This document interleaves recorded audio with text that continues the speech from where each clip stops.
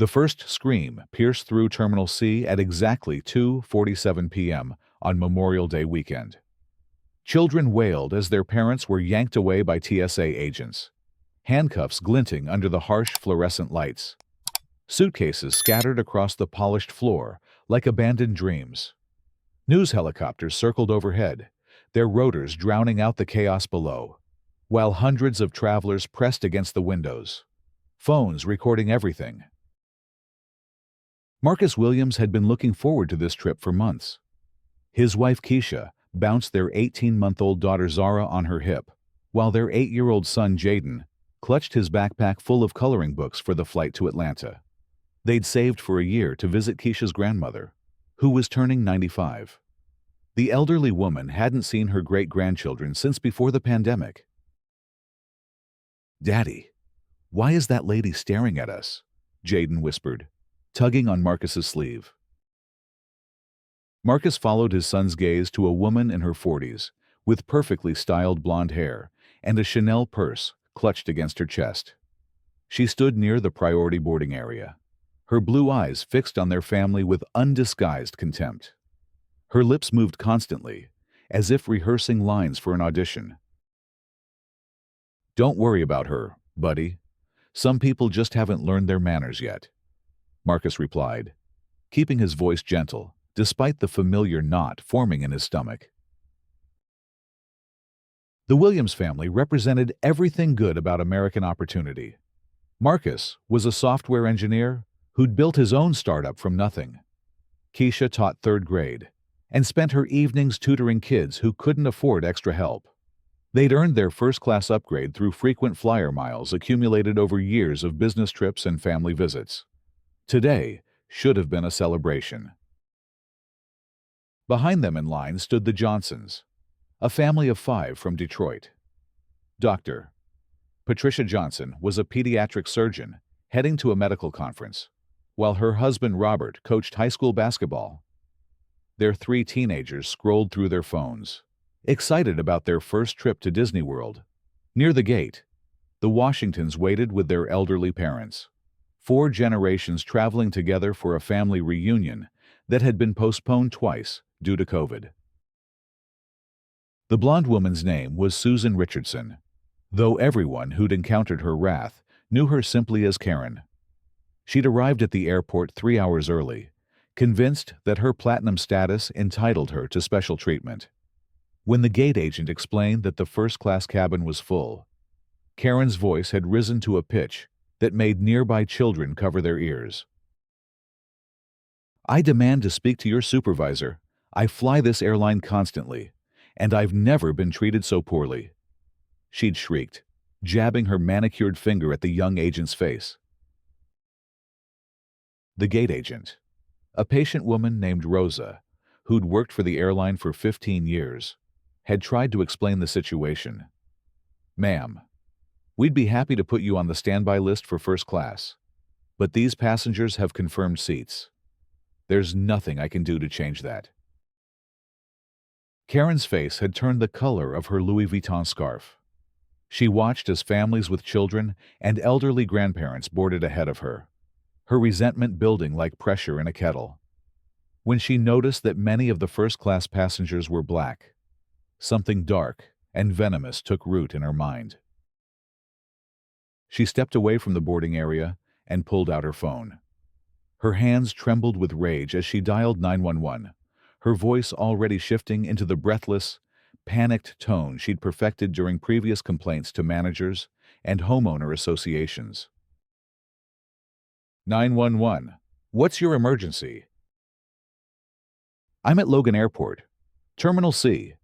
There's a group of suspicious men here, and I think they're planning something terrible. They're acting very strange, whispering to each other, and they have large bags. I'm scared they might be terrorists. The dispatcher's voice sharpened with concern. Can you describe these individuals, ma'am? Karen's eyes swept over the black families in the boarding area, her mind weaving a fiction born of entitlement and prejudice. They're all black men, maybe 8 or 10 of them. They keep looking around nervously and checking their phones. One of them has a really large backpack, and they're all dressed in casual clothes like they're trying not to draw attention.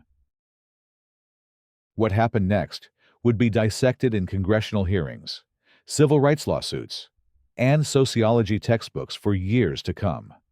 The 911 call triggered an immediate response protocol designed after September 11th. Within minutes, TSA agents received emergency alerts on their radios. Police officers stationed throughout the airport began converging on Terminal C. Marcus was helping Jaden organize his coloring pencils when the first officer approached. The man's hand rested on his holster, his expression grim beneath the harsh terminal lighting. "Sir, I need you to step away from your family and put your hands where I can see them," the officer commanded, his voice cutting through the ambient airport noise. The color drained from Keisha's face. Baby Zara began to cry, sensing the sudden tension. Other passengers turned to stare, their phones already recording the unfolding scene. "Officer, what's this about? We're just trying to catch our flight to Atlanta," Marcus said, his voice steady despite the adrenaline coursing through his veins. "We've received reports of suspicious activity. I need you to cooperate fully." More officers arrived, creating a circle around the Williams family. Jaden pressed against his mother's leg, his coloring books forgotten on the floor. The terminal's normal bustle ground to a halt as travelers stopped to gawk at the commotion. "Doctor," Johnson was next. She'd been reviewing patient files on her laptop when two TSA agents flanked her. "Ma'am, we need to search your belongings and ask you some questions." "I'm a pediatric surgeon. These are medical journals and conference materials," she protested. But her professional credentials meant nothing in that moment. The scene escalated with terrifying speed. Robert Johnson was handcuffed when he tried to film the interaction with his wife. Their teenagers were separated and questioned individually, their vacation excitement replaced by confusion and fear. The Washington family's elderly grandparents were ordered to sit on the floor while officers searched their wheelchairs for hidden weapons. Karen watched the chaos unfold from her position near the priority boarding lane, a satisfied smile playing at the corners of her mouth. She'd gotten exactly what she wanted: attention, authority figures taking her seriously, and those uppity passengers getting their comeuppance. She recorded snippets of the arrests on her phone, already composing the social media posts that would paint her as a vigilant citizen who'd prevented a tragedy. The airport's Central Command Center buzzed with activity. Security footage from dozens of cameras filled wall-mounted screens, while supervisors coordinated with federal agencies. The initial 911 call had triggered a chain reaction that would bring air travel to a virtual standstill across the eastern seaboard. "We need to shut down Terminal C immediately," announced Director James Walsh, his face pale as he processed the potential implications. "If there's even a chance of a coordinated attack, we can't take any risks." Flights were grounded. Passengers already on planes were ordered to deplane. The terminal's shops and restaurants closed their security gates as thousands of travelers found themselves stranded without explanation. Children slept on the cold marble floors, while their parents tried to book hotel rooms that didn't exist. Every establishment in the city already packed for the holiday weekend. News trucks arrived within the hour. Cable networks interrupted regular programming with breaking news alerts. Possible terror plot foiled at Logan Airport. Reporters stood in front of the terminal's glass facade, their urgent voices carrying across the nation. "We're getting reports that federal agents have detained multiple suspects in what authorities are calling a credible terrorist threat. The airport remains closed as investigators work to determine the scope of this alleged plot," announced CNN's aviation correspondent, her hair whipping in the wind from news helicopters overhead. Inside the terminal, the detained families were processed like criminals. Marcus sat in a sterile interrogation room, his hands cuffed behind his back while agents pored over his laptop and phone. They found exactly what anyone would expect from a software engineer's device's work emails, family photos, and a search history focused on restaurant recommendations in Atlanta. "Tell us about your travel plans," demanded Agent Sarah Mitchell, her voice sharp with suspicion. "We're visiting my wife's grandmother for her 95th birthday. We have hotel reservations, rental car confirmations, and restaurant bookings. Everything is documented." The agent wasn't satisfied. "Why were you and the other passengers all booked on the same flight? How do you know each other?" Marcus stared at her in disbelief. "We don't know each other. We're just passengers on a popular route during a holiday weekend. This is insane." Similar interrogations were happening throughout the security wing. Dr. Johnson was questioned about her medical equipment and conference materials. Her teenagers were asked to explain their social media posts and text messages. The Washington family's elderly patriarch, a Korean War veteran, was treated like a security threat despite his Purple Heart pin and veterans' identification. Hours passed without any evidence of wrongdoing. The detained families' backgrounds were impeccable teachers, doctors, engineers, coaches, and retirees with decades of community service. Their luggage contained exactly what holiday travelers would pack: clothes, gifts, toiletries, and children's toys. But the machinery of suspicion, once set in motion, was difficult to stop. Federal protocols demanded thorough investigation. News networks needed content to fill their 24-hour cycles. Politicians sensed opportunities to appear tough on terrorism. The family's innocence became secondary to the system's need to justify its response. Karen had long since boarded her rescheduled flight to Miami. Her first-class upgrade finally secured after the original passengers were detained. She sipped champagne at 30,000 feet, while posting on Facebook about her harrowing experience witnessing a terrorist cell being broken up. Her story grew more dramatic with each retelling. The first crack in the official narrative came from an unexpected source. Jake Morrison, a freelance journalist stuck in the terminal during the shutdown, had been documenting the chaos for a travel blog. His phone captured something the security cameras had missed: clear footage of Karen making her 911 call while staring directly at the black families in the boarding area. Jake reviewed his footage that evening in his hotel room, his laptop screen glowing in the darkness. What he saw made his blood run cold.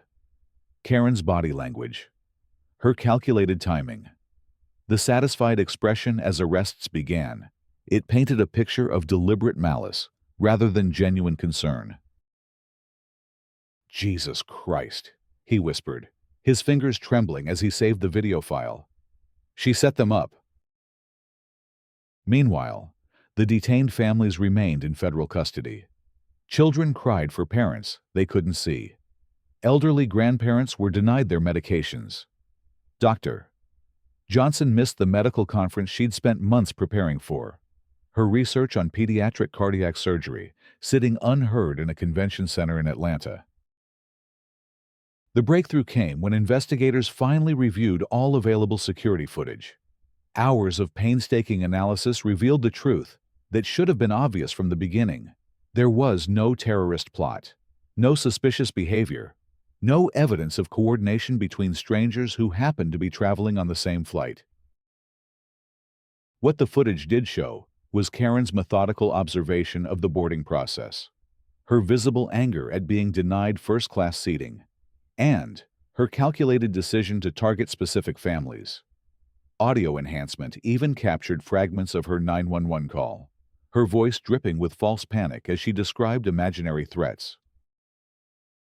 Agent Mitchell sat in her supervisor's office at 3 a.m., the security footage playing on loop on a wall-mounted screen. The weight of the mistake pressed down on her shoulders like a physical burden. "We detained innocent families based on a racist lie," she said, her voice hollow with exhaustion and shame. 14 adults and 8 children, all of them American citizens with spotless records.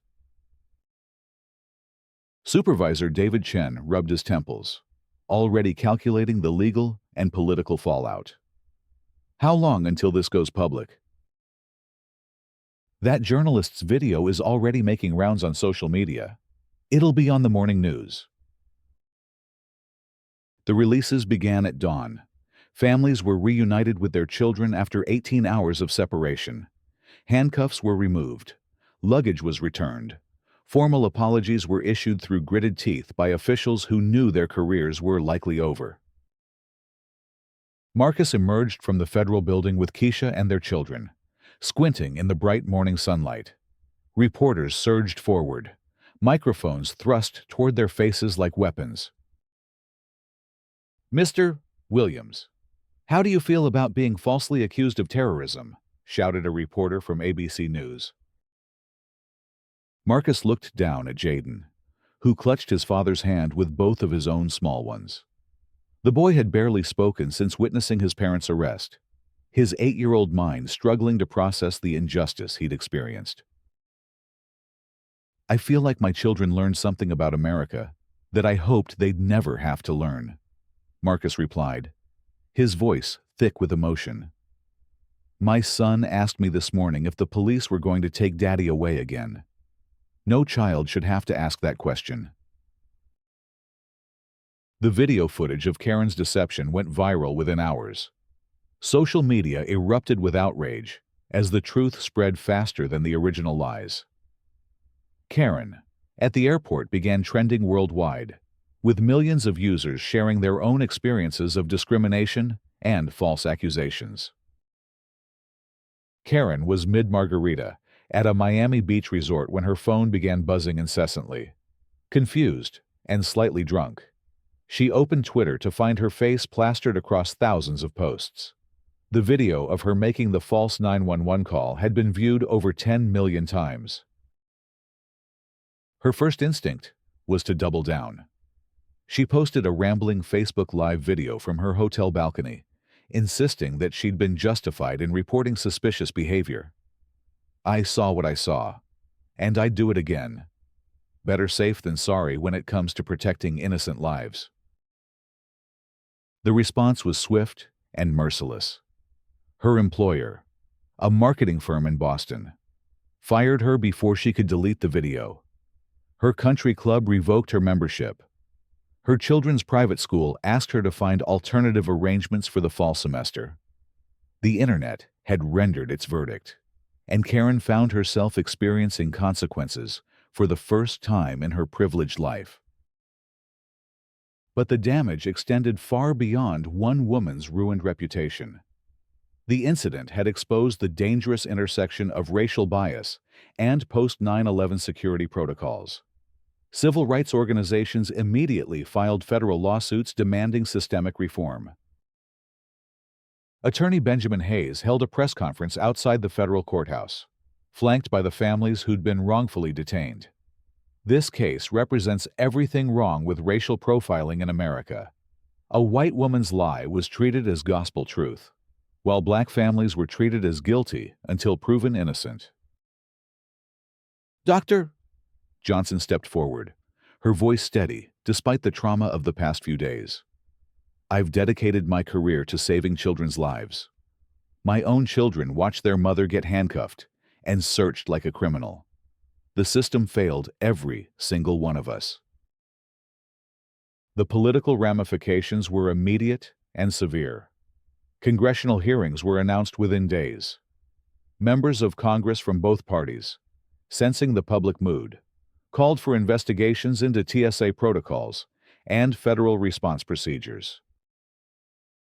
Representative Alexandria Williams, chair of the House Subcommittee on Civil Rights, announced the first hearing from the Capitol steps.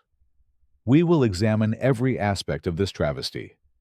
How does one bigoted phone call shut down an entire airport and terrorize innocent families? The American people deserve answers." The hearings began 3 weeks later, in a packed committee room. C-SPAN's cameras captured every moment as TSA administrators, FBI officials, and airport executives squirmed under intense questioning. The footage of Karen's deception played repeatedly on the committee room screens. A damning loop of premeditated malice. Director Walsh, the man who'd ordered Terminal C's shutdown, faced particularly harsh scrutiny. Representative Williams held up enlarged photographs of the detained children, their faces blurred, but their fear unmistakable. Director Walsh, what protocols justified handcuffing an 8-year-old boy? What threat assessment determined that a 93-year-old Korean War veteran needed to be searched on the terminal floor? Walsh's prepared answers crumbled under the weight of documented facts. Congresswoman, we followed established protocols for credible terrorist threats. The information you received was a racist lie from an angry passenger upset about airline seating. Your protocols turned Logan Airport into a crime scene based on the word of one biased woman. The hearings dominated news cycles for weeks. Expert witnesses testified about implicit bias in security screening.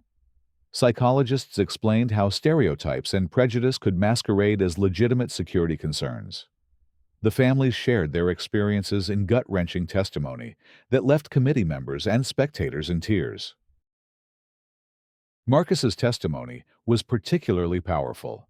He spoke without notes, his voice carrying the weight of generations of discrimination. My great-grandfather was lynched in Mississippi for allegedly looking at a white woman the wrong way. My grandfather was denied service at restaurants he'd earned the right to enter through military service. My father was followed in department stores and pulled over for driving in white neighborhoods. I thought those days were behind us. I thought my children would grow up in a different America. But when that woman pointed her finger at us, when those handcuffs clicked shut, I realized that some things never change. The methods evolve, but the hatred remains the same. Public pressure mounted for criminal charges against Karen. Massachusetts Attorney General Patricia Chen announced a grand jury investigation into whether her false report constituted criminal conduct under state and federal law. Filing a false police report is a crime. When that false report is motivated by racial bias and results in the detention of innocent families, it becomes a hate crime. Justice demands accountability. Karen's legal troubles multiplied. Federal prosecutors charged her with making false statements to law enforcement, a felony carrying potential prison time.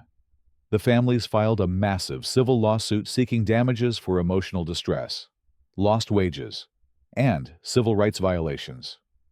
Airlines began implementing policies to prevent passengers like Karen from flying, creating a de facto no-fly list for repeat offenders. The trial began on a crisp October morning. Karen sat at the defendant's table in an ill-fitting public defender's suit, her previous wealth consumed by legal fees and settlements. Her Miami vacation had been her last taste of luxury before the consequences caught up with her. Prosecutor Lisa Chen presented a methodical case built on irrefutable evidence. Security footage showed Karen's calculated observation of the boarding process. Phone records confirmed the timing of her 911 call. Expert witnesses explained how her descriptions contained no actual suspicious behavior, only racial characteristics. Ladies and gentlemen of the jury, the defendant didn't see a terrorist threat. She saw black families getting better seats than she received, and she decided to weaponize law enforcement against them. Her actions terrorized innocent children and shut down a major airport during one of the busiest travel weekends of the year. Karen's defense was weak and unconvincing. Her attorney argued that she genuinely believed she was reporting suspicious activity, but the security footage contradicted every aspect of her testimony. The jury watched her 911 call on loop, noting the calculated pauses and fabricated details. The verdict came after less than 3 hours of deliberation. Guilty on all counts.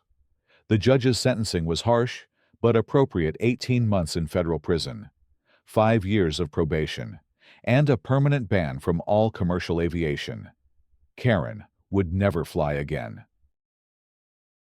Your actions that day traumatized children and violated the civil rights of American citizens. Judge Robert Martinez declared from the bench, "You turned a place of travel and reunion into a scene of detention and separation. The severity of your sentence reflects the severity of your crime." But justice in Karen's case was only part of a larger transformation. The airport incident had catalyzed nationwide reform of security protocols and bias training. The TSA implemented new procedures requiring multiple confirmations before detaining passengers based on anonymous tips. Federal agencies established rapid review processes to prevent false reports from escalating into major incidents. Most importantly, the family's lawsuit resulted in a landmark settlement that funded civil rights education programs across the transportation industry. Every TSA agent, airport police officer, and security supervisor now received mandatory training on implicit bias and de-escalation techniques. 6 months after the incident, Marcus Williams returned to Logan Airport with his family. They were flying to Atlanta again, this time for Keisha's grandmother's 96th birthday. The elderly woman had insisted on celebrating despite everything that had happened. The terminal looked the same, but the atmosphere was different. New signs promoted the Dignity in Travel initiative. TSA agents wore body cameras and followed revised protocols, emphasizing respect and de-escalation. The changes were subtle but meaningful. At the gate, Marcus noticed a familiar face behind the counter. Rosa, the gate agent who'd tried to reason with Karen that day, smiled warmly as she processed their boarding passes. "Mr. Williams, it's good to see you again. I'm so sorry about what happened before. I hope you know that most of us here were horrified by how you were treated." "Thank you, Rosa. We're not here to relive the past. We're here to move forward." As they boarded the plane, Jaden looked up at his father with curious eyes. "Daddy, do you think that mean lady learned her lesson?" Marcus considered the question carefully. Karen was serving her sentence in federal prison, her privileged life dismantled by the consequences of her actions. But more importantly, her case had sparked a national conversation about bias, justice, and the responsibility that comes with making accusations against others. "I think she learned that actions have consequences, son. But more important than what she learned is what everyone else learned. Sometimes it takes something bad happening to make things better for everyone." The plane lifted off into a clear sky, carrying the Williams family toward a long-delayed reunion and a nation toward a more just future. In the cargo hold below, their luggage sat alongside bags belonging to passengers of every race, religion, and background, all treated with equal dignity and respect. The reforms, sparked by one woman's hate, had created ripple effects far beyond aviation security. Schools implemented bias recognition training. Police departments revised response protocols for anonymous tips. Corporate America grappled with the prejudices that had allowed Karen's behavior to go unchecked for so long. Dr. Johnson returned to her medical practice with a new mission. She established a foundation to support families affected by racial profiling, using her own traumatic experience to help others navigate similar ordeals. Her children, initially scarred by their detention, became advocates for justice in their own schools and communities. The Washington family's reunion, delayed by Karen's lies, finally took place in a rented hall filled with 4 generations of love and laughter. The elderly patriarch, still wearing his Purple Heart pin, spoke to his great-grandchildren about the progress he'd witnessed and the challenges that remained. "I fought for freedom overseas and came home to a country that didn't recognize my service," he told them. his voice strong despite his 93 years. But I've lived long enough to see change happen. Real change. It comes slowly, sometimes painfully, but it comes. 3 years later, Logan Airport hosted a ceremony commemorating the reforms that had emerged from the crisis. The terminal's new civil rights memorial honored not just the families who'd been wronged, but all travelers who'd faced discrimination in the pursuit of their journeys. Representative Williams spoke at the dedication, her words carrying across a crowd of diverse faces, families, advocates, policymakers, and ordinary citizens committed to a more just society. This memorial reminds us that progress requires vigilance, that one person's hatred can harm innocence, but that same hatred can also awaken a nation's conscience. The families who suffered here didn't choose to become symbols, but they chose to fight for change that would protect others. As the sun set over Boston Harbor, casting golden light through the terminal's windows, children of all backgrounds played together in the airport's new family area.